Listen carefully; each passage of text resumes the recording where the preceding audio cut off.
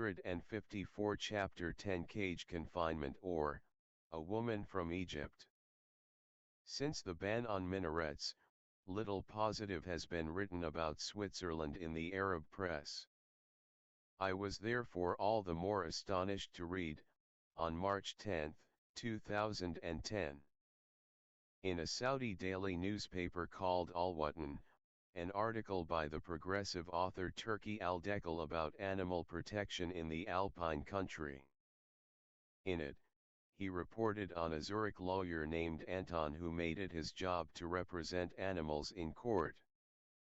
The core idea of justice is to defend those who cannot defend themselves, the Saudi columnist quoted the Swiss lawyer as saying.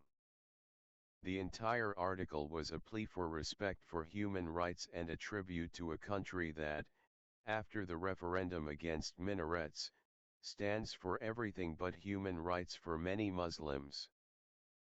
The numerous comments on the newspaper's website about this article were, in part, quite humorous. One comment even made me laugh out loud, but the laughter soon died down.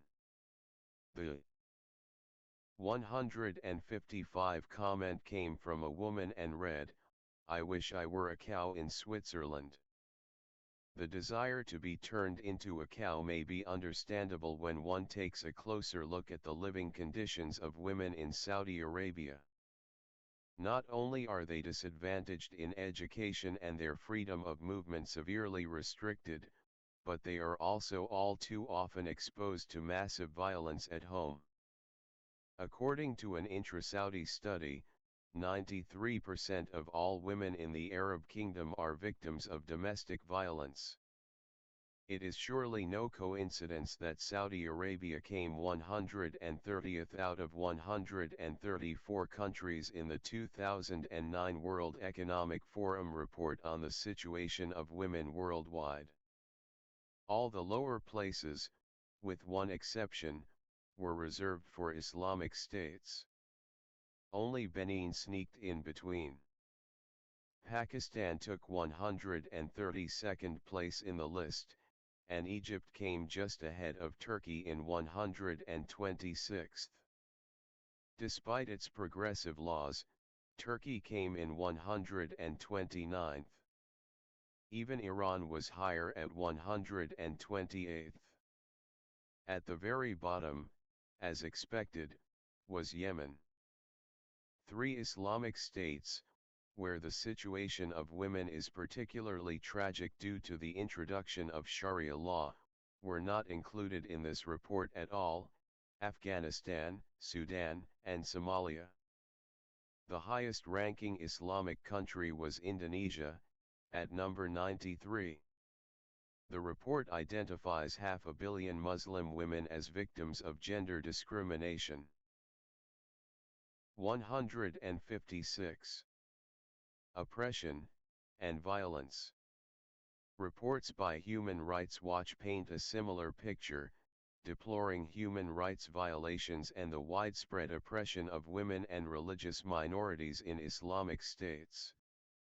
The question arises, how can a society develop if it prevents half its citizens from leading independent lives? I don't want to talk about stoning and the burqa, because Western newspapers report on them almost daily. I want to tell a story from my surroundings in Egypt that illustrates not only the situation of women in an Islamic country in particular, but also the understanding of hierarchy and democratic deficits in general. Wafa hasn't celebrated her 16th birthday yet, but she's already carrying her child on her shoulders. With every sentence she utters, she smiles, then looks down. 3 horrific crimes were committed against her within a few years, but she's still smiling. Her parents smile too, and to this day they can't understand what was so bad about what they did to this girl. In such a system, social and physical violence may not be wanted, but it is inevitable. I've known Wafa for a long time, because she's my niece. I was there at her birth. My sister, who was 17 herself at the time. 157. Wanted to name her Sayada, which means joy in German. But her father insisted on calling her Wafa like his sister. That means loyalty, a fateful name that would later prove to be Wafa's downfall. She was an alert and intelligent child, top of her class, and had excellent opportunities for a good education, especially since her father was a high school teacher. Her mother also made it to the 10th grade. A few years ago, I was in my home country visiting my sister and her family in the village. Wafa was lying in bed staring at the wall. I asked her what was wrong, but the 10-year-old girl didn't answer. No one wanted to tell me what had happened to her. Later, my brother told me that Wafa's parents had had her circumcised a few days earlier and that she had lost a large amount of blood. Since then, she barely ate or spoke. Now I understood the child's broken expression. Even as a student in Cairo, I had tried to stop this barbaric custom in my village, but no one had listened to me. The campaign I launched back then was met with malice and ridicule. Cairo had corrupted my mind, they said. This time I wasn't coming back from Cairo, but from Germany, an even better reason not to listen to me. But I couldn't stand by and do nothing. 2 years later, I visited the village. 158. Organized a conference in the town hall of my hometown, and invited both prominent opponents and popular supporters of female circumcision. This time, I wanted a discussion, not a lecture. My father is a respected man in the village because he is the imam of the largest mosque. I was able to convince him to break his silence on the issue and attend the conference. Another sheikh from Al-Azhar, a gynecologist, and a women's rights activist sat on the podium next to my father and me. Several hundred listeners filled the hall. Many women were hesitant to attend the event and stayed outside, but some sneaked in and sat in the front corner. Wafa and her mother were also present and sat directly in front of the podium. My father didn't want to offer a religious legal opinion on the subject, but rather his personal opinion. He believed that circumcision was an injustice to women and admitted that he had made the mistake in the past of condoning this injustice. The women's rights activist agreed with him. The doctor listed the negative social, psychological, and health consequences of circumcision.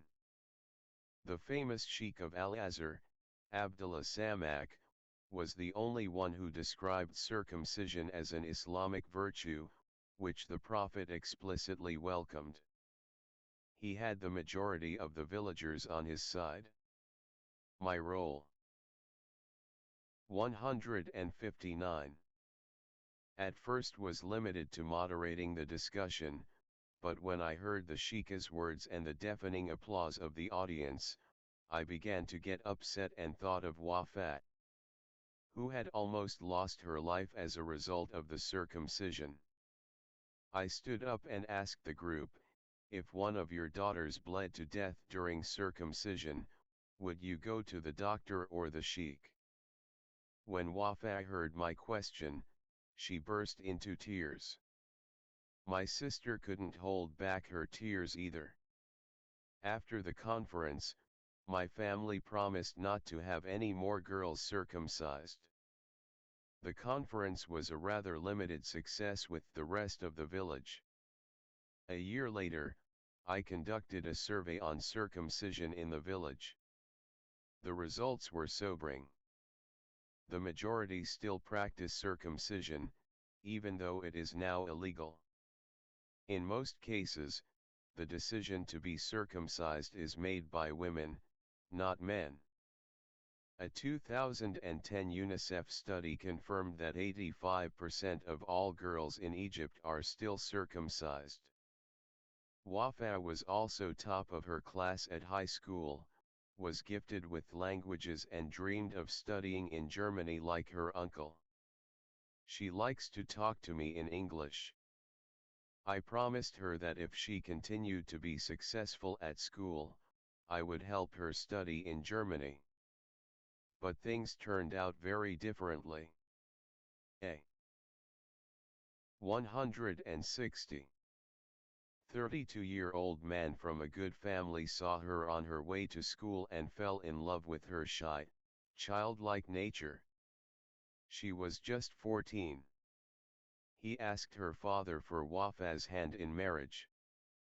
His father accepted immediately because he had 3 other children by then and the house was getting too small. Besides, he had married my sister before she was 16. A woman should be married at an early age so that she can be shaped according to one's wishes before she develops an independent personality. He firmly believed he was doing the best for his daughter. Despite her young age, Wafa was smart and sensitive, but she had to choose between staying true to her family or her dream. Family came first. 6 months early, she left school and became a wife, without a marriage contract. Child marriage is also illegal in Egypt, so the marriage had to be performed orally according to Islamic rites. The news of Wafa's marriage was also kept hidden from me at the time. The child had to endure violence and humiliation for 30 days before she could flee her husband's house and return to her family. Her parents tried to convince her to return to her husband, otherwise she would be maligned in the village, as her marriage failed after only 1 month. Only when she told them that her husband 161 beat and raped her every day did they let her stay with them. Wafa was pregnant, as was her mother, for the 5th time. It was a boy. Wafa's father also chose a name for him, Mohammed, the Praised One. Wafa wanted to properly register the child with the authorities, but that wasn't possible. Children born out of wedlock are not recognized by the state. Only in this case does the law apply. It only becomes effective if it is to the detriment of the woman. The child does not require a birth certificate. The child's father must first declare that he is the biological father for the certificate to be issued. Until this happens, the child does not exist for the state. The father, Wafa's husband, of course, had taken advantage of this legal leverage and made the recognition of the child dependent on Wafa's return to him. Only when my younger brother saw that Wafa's despair had turned into severe depression did he call me in Germany and ask for my help. Indignant, I called Wafa's father and asked him how many times he wanted to circumcise his daughter. I offered to send Wafa back to school and I would cover all her expenses. But this offended his pride. "I'm still alive," he said sickly. Besides, he was worried that her classmates would harass Wafa. 162. Now that she was a mother and divorced, the only thing left for me to do was to threaten him. If Wafa didn't return to school within 3 weeks, I would file a complaint against him for instigating child marriage. That was the only thing that seemed to restore his pride. Even though it was the weekend, he took her papers to the school principal that same day. I called Wafa and gave her the address of a women's shelter in Cairo, telling her she should flee there if her parents took her out of school again. I tried to explain to her that going back to school wasn't a shame, but a source of pride. She could be a role model for young girls in the village whose marriages end early. She seemed to understand and returned to school with confidence. On my next visit to Egypt, I was especially excited to see Wafat. She came into the house with her child on her shoulders. I greeted her in English. She responded in Arabic and became very serious.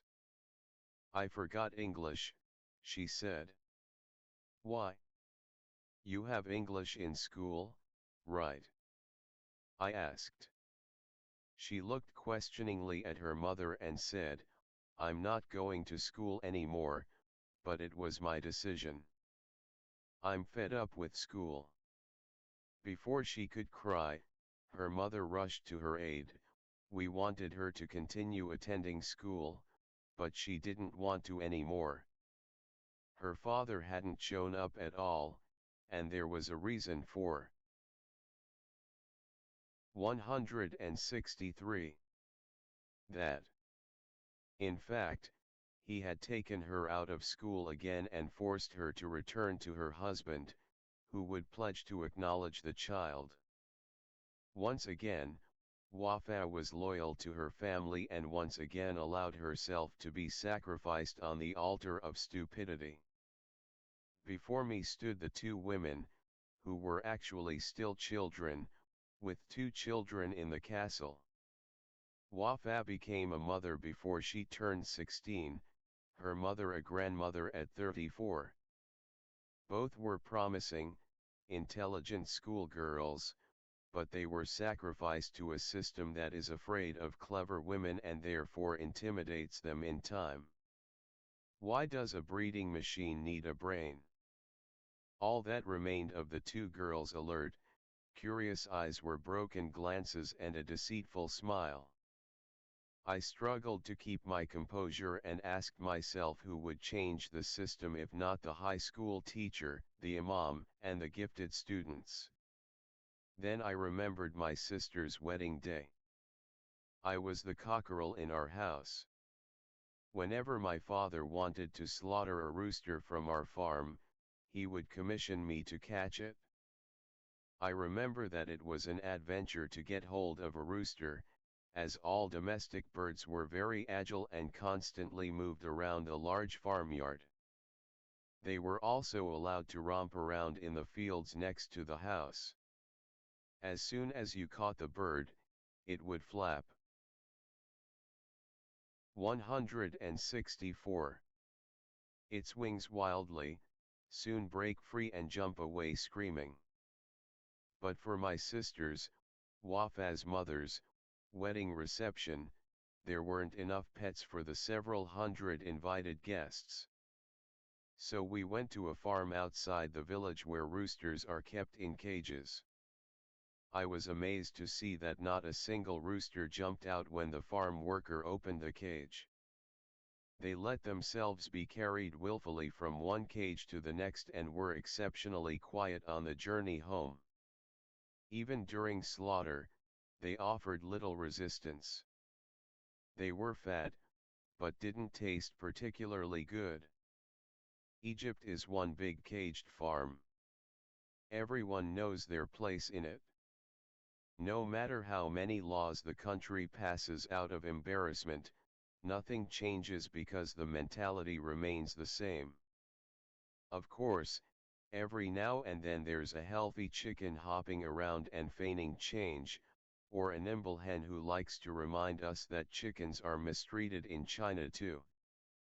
They try to exaggerate the issue, emphasizing that rural chickens shouldn't be compared to city chickens and that chickens in Europe have been over-sexualized and used as commodities.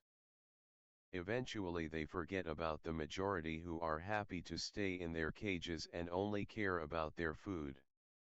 They don't mind feeding on the crushed bones of other chickens. Women. 165 are circumcised, the wool is broken, the intellect is castrated. Dictatorship is born in the mind.